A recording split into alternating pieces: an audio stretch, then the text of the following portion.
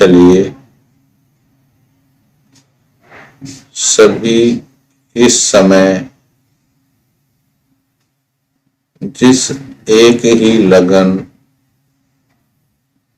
एक ही संकल्प में बैठे हुए हो,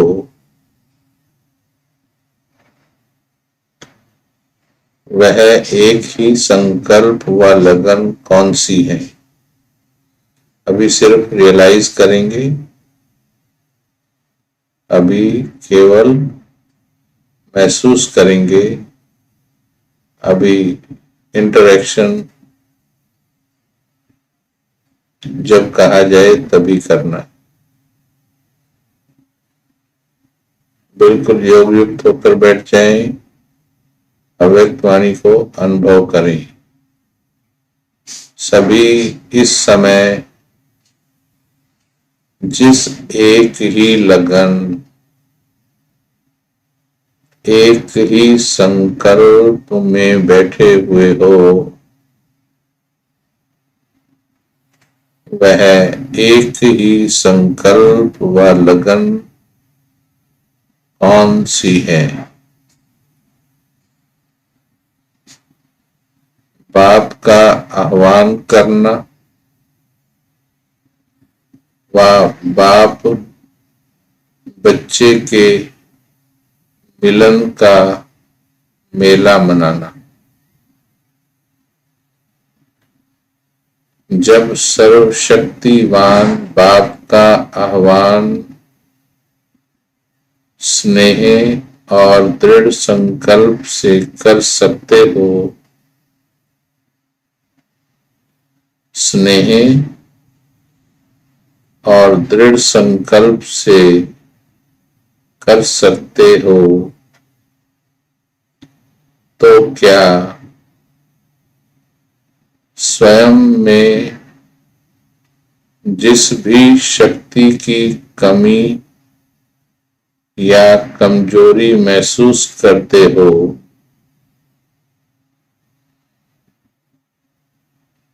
उस शक्ति का अपने में आह्वान नहीं कर सकते हो?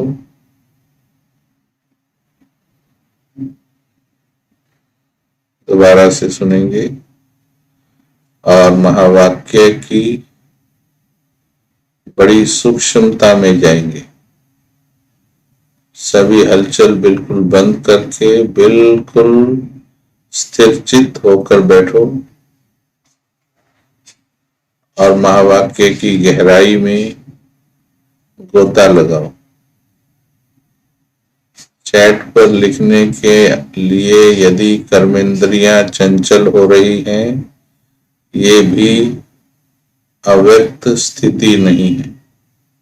इस वक्त केवल महसूस करेंगे तो अच्छा अनुभव करेंगे। आपसे प्रश्न उत्तर नहीं किया जा रहा है, केवल बाबा के महावाक्य को रियलाइज किया करना है।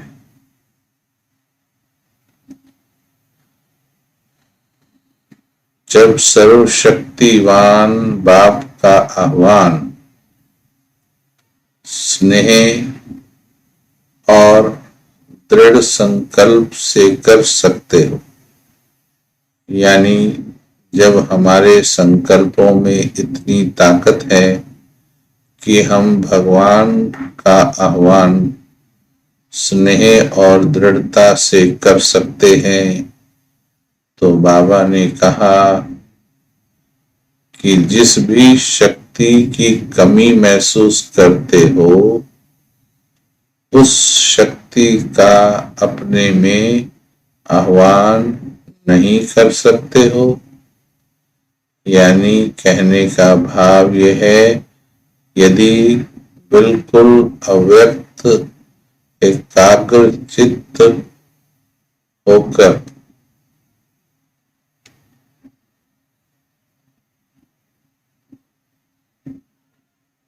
संकल्प करेंगे, तो जिस भी शक्ति का आह्वान करना चाहेंगे, वो शक्ति शक्ति हाजिर हो जाएगी। हे मीठी आत्मन, यदि किसी धारणा में वर्षों लग रहे हैं, उसका कारण ही यही है कि मैं आत्मा उस शक्ति का आह्वान नहीं कर पा रही।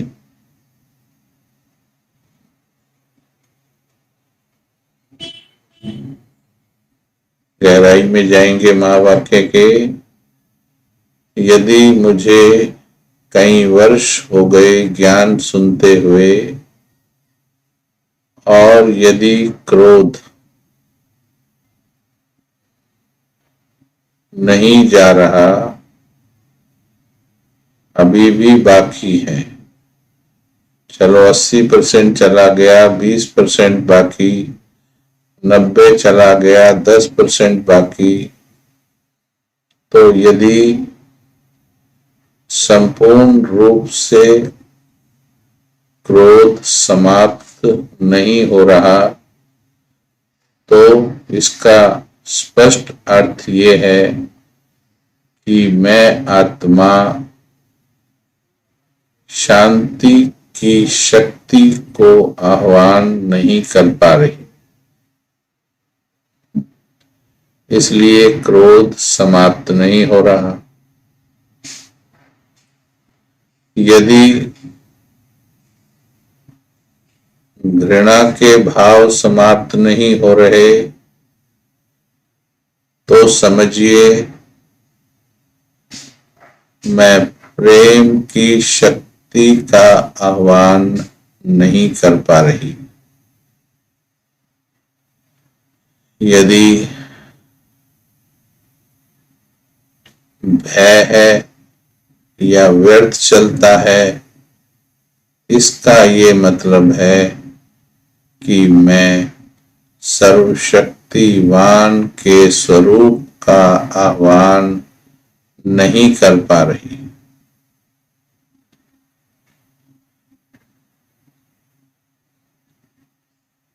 तो ऐसे ही जो भी कमजोरी स्वयं में महसूस करते हो, यदि मोह की कमजोरी है, चलिए अभी आप बताएंगे मोह की कमजोरी क्यों है, मोह की कमजोरी क्यों समाप्त नहीं हो रही, इसका कारण क्या है, बताएंगे। चाहे थोड़ी सी रग भी बाकी है, अब आप लिख के बता सकते हैं। 90% से देवता नहीं बन जाएंगे, 16 कला संपूर्ण अर्थात 100%। कोई भी परसेंटेज ना लिखे और एक्स्ट्रा ना लिखे, पूछा नहीं गया है अभी केवल उतना ही महसूस कीजिए जितना बताया जा रहा।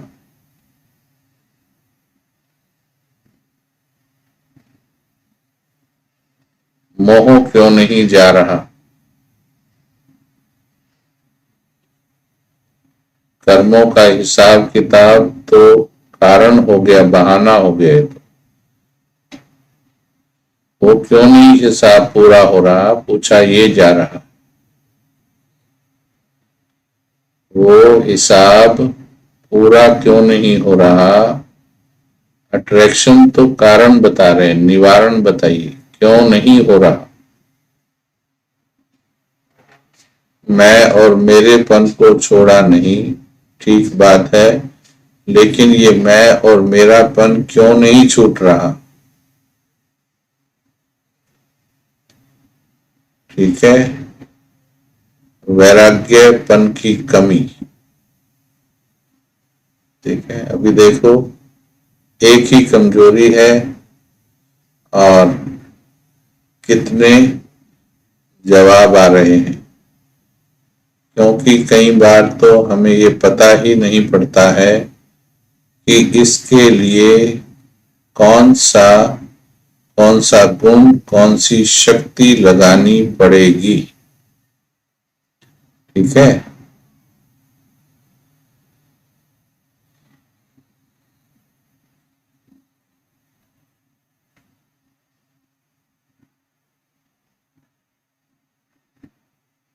चलिए, फिलहाल जो भी कमी आप बता रहे, अब उसका आह्वान करना आवश्यक है, और आह्वान के लिए लगन, दृढ़ता चाहिए। मोह की रगें इसलिए कच्ची पड़ रही, मोह की रगें इसलिए टूट नहीं रही क्योंकि अंदर से तार देहधारियों से जुड़े हैं। एक बाबा को सच्चाई से दिल में आह्वान नहीं किया है। एक बाबा जब तक पूरी सच्चाई से एक को दिल में नहीं बैठाएंगे तो दूसरों का प्यार आकर्षित करता रहेगा।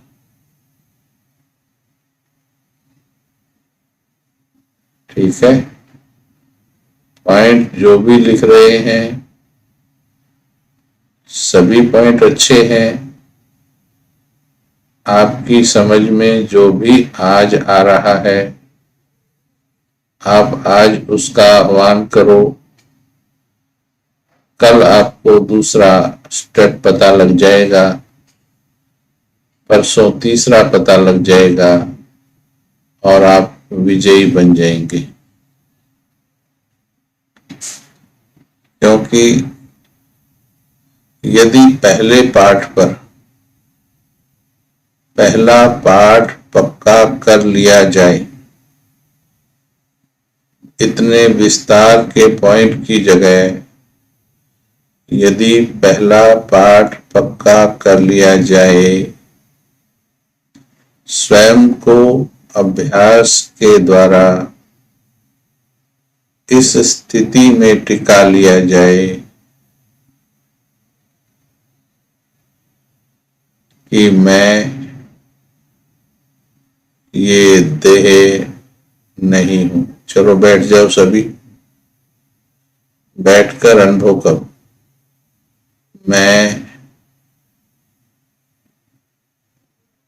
ये देह नहीं हूं,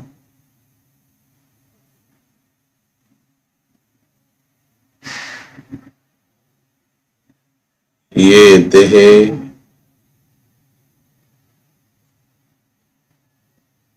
विनाशी है,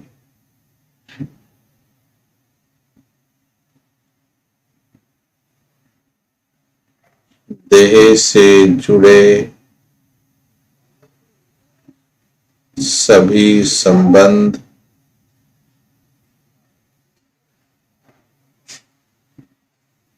टेम्परेरी हैं, विनाशी हैं,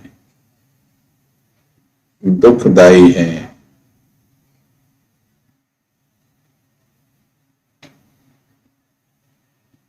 ये मेरे इस अंतिम जन्म के, एक वीडियो की तरह देखो, ये सभी मेरे इस अंतिम जन्म के थोड़ी सी देर के साथी हैं। देखो सभी रिश्तेदार, संबंधी, बेटे, पोते, सबको, ये सभी आत्माएं हैं। जैसे मैं आत्मा भी यात्रा पर हूं, ये सभी आत्माएं अपनी अपनी यात्रा पर हैं।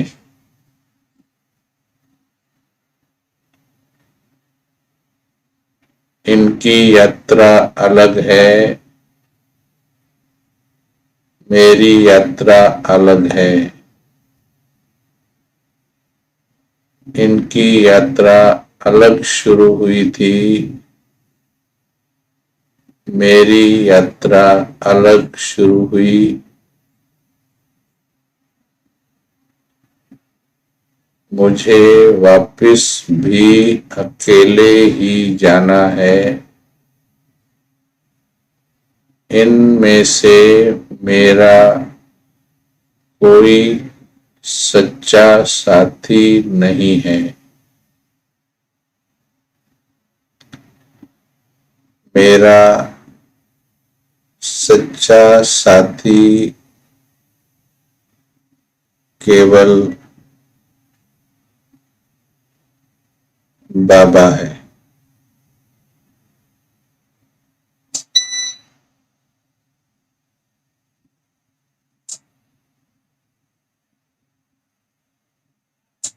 मैं इन सब से अलग हूँ।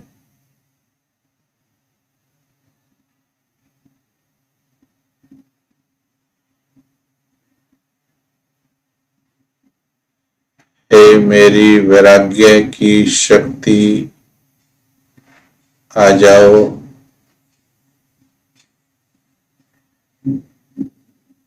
हे मेरी उपरामता की शक्ति,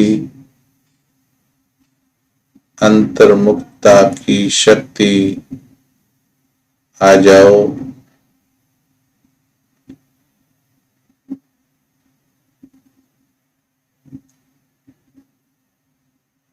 मैं इन सभी से न्यारी हूँ।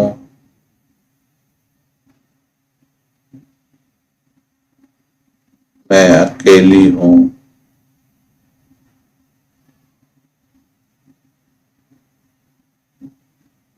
केवल बाबा मेरा साथी है।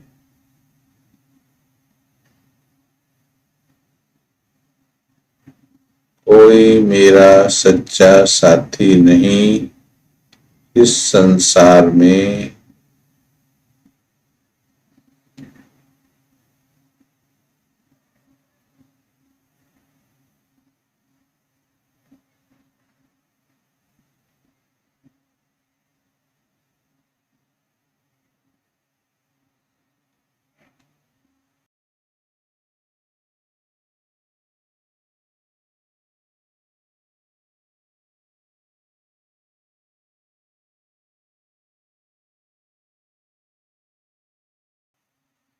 दृढ़ता के साथ मैं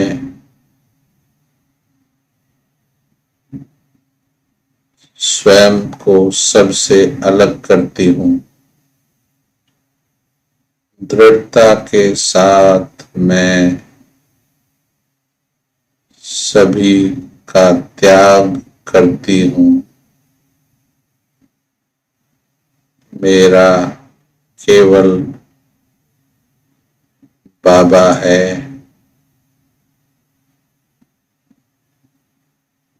और कोई मेरा नहीं। ना मुझे किसी की जरूरत है, ना कोई मेरा आधार है। मुझे केवल बाबा से प्यार है।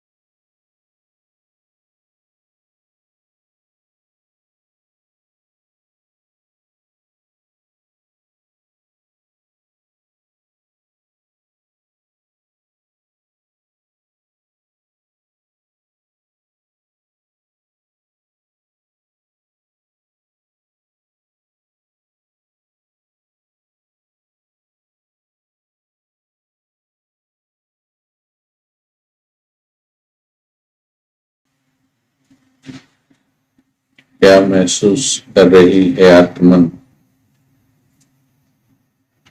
बाबा ने कहा, दृढ़ता के साथ शक्ति का आह्वान करेंगे।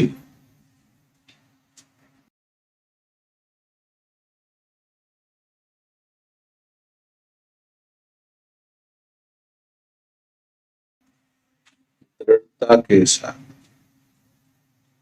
हम कभी दृढ़ता से करते हैं, फिर ढीला छोड़ देते हैं, फिर दृढ़ता से करते हैं, फिर ढीला छोड़ देते हैं। लेकिन बाबा का कहने का भाव कि जब सर्वशक्तिवान को खींच सकते हो तो किसी भी शक्ति को खींच सकते हो, उसमें केवल दृढ़ता की आवश्यकता है, सच्चाई की आवश्यकता है, बाबा के प्रति स्नेह की आवश्यकता है। क्योंकि बाबा का प्यार तो चाहिए, बिना बाबा के प्यार के की डोर के नहीं खींच पाएंगे। शरीर भी अंतिम सबसे ज्यादा हिसाब किताब लेने वाला है। जितना हिसाब किताब आप सभी बताएंगे, रिश्तेदारों के हिसाब किताब ज्यादा है, परिवार वालों के हिसाब किताब ज्यादा है, अपने संस्कारों के हिसाब किताब ज्यादा है, या शरीर के साथ आत्मा के हिसाब ज्यादा है? बताएंगे अपने ज्ञान के आधार पर। बोलो।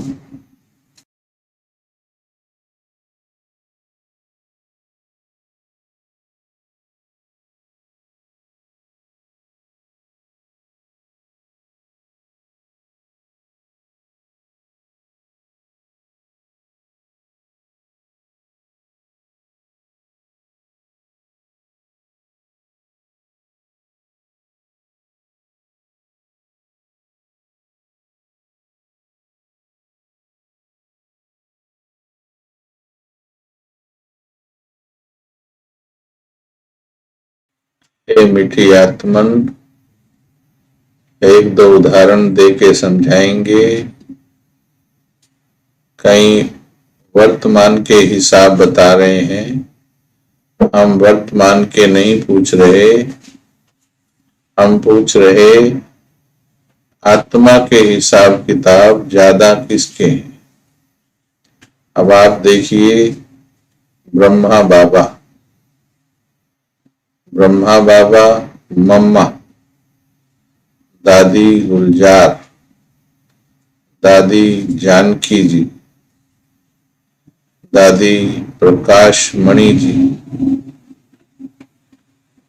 कितनी आत्माएं जिनके संस्कारों के भी कोई हिसाब किताब नहीं थे, जिन्होंने कभी क्रोध भी नहीं किया, जिन्होंने किसी से झगड़े भी नहीं किए, जिनके आत्माओं से ज्यादा कभी टकराहट भी नहीं हुई, ऐसी पवित्र महान तपस्वी आत्माओं को भी अंत में सबसे ज्यादा हिसाब किताब किसके देने पड़े?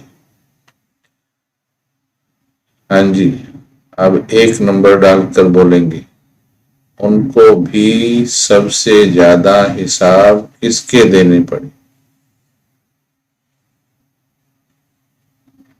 और फिर उनकी स्थिति इतनी अशरीरी थी जो उन्होंने उन हिसाब किताब को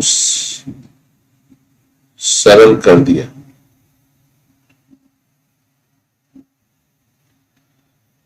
तो इसलिए आत्मा के अंतिम हिसाब अभी सभी के आने वाले हैं। ध्यान देना, जब आत्मा शरीर छोड़ने के नजदीक होगी तो अंतिम हिसाब शरीर पूछेगा। आज भले ही शरीर किसी का ठीक ठाक हो, पर कर्मातीत बनने से पहले ये शरीर भी कहेगा सबका चुका दिया है, अब हे आत्मा मेरा भी चुका दो, तब इस धरती को छोड़ दो।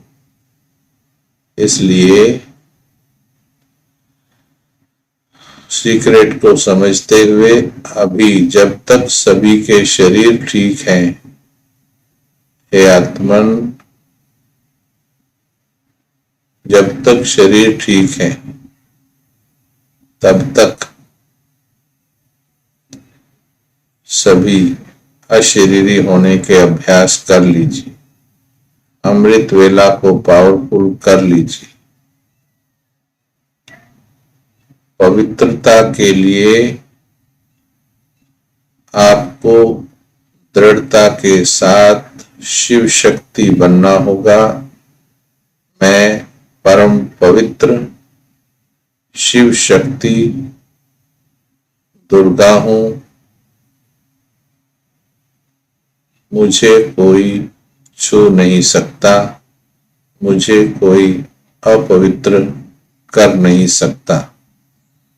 इतनी ऊर्जा अपने अंदर से पैदा करो कि किसी की दृष्टि भी आपकी तरफ उठाने से वो घबराए। यदि आप कमजोर पड़ेंगे तो फिर नुकसान भरना पड़ेगा। तो शायद थोड़ा समझ में आया हो महावाक्य का भाव। बाबा ने कहा आगे,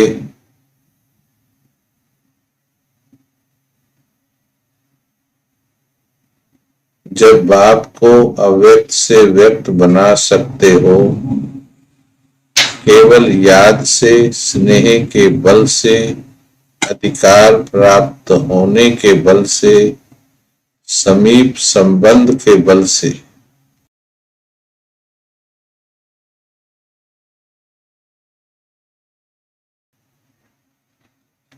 तो ऐसे ही हर शक्ति को व स्वयं को भी व्यक्त से अव्यक्त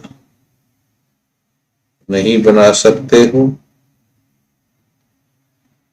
जब बाप को अव्यक्त से व्यक्त में लाना सहज है, तो स्वयं को अव्यक्त बनाना मुश्किल क्यों है?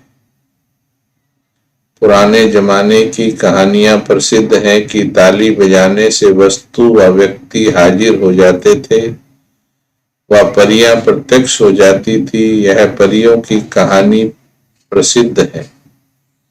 ये कहानियां किन के बारे में है? समझ में आया? एक संकल्प किया, फरिश्ता बन गए। एक संकल्प किया, वहां पहुंच गए जहां जरूरत है। ज्ञान परियां व तीनों लोकों में उड़ने वाली परियां कौन सी हैं? अपने को समझते हो ना? ज्ञान और याद के दोनों पंख लगे हुए हैं ना? आप ज्ञान और याद के बल से एक सेकंड में, अर्थात इन पंखों के आधार से साकार लोक से निराकार लोक तक पहुंच जाते हो ना?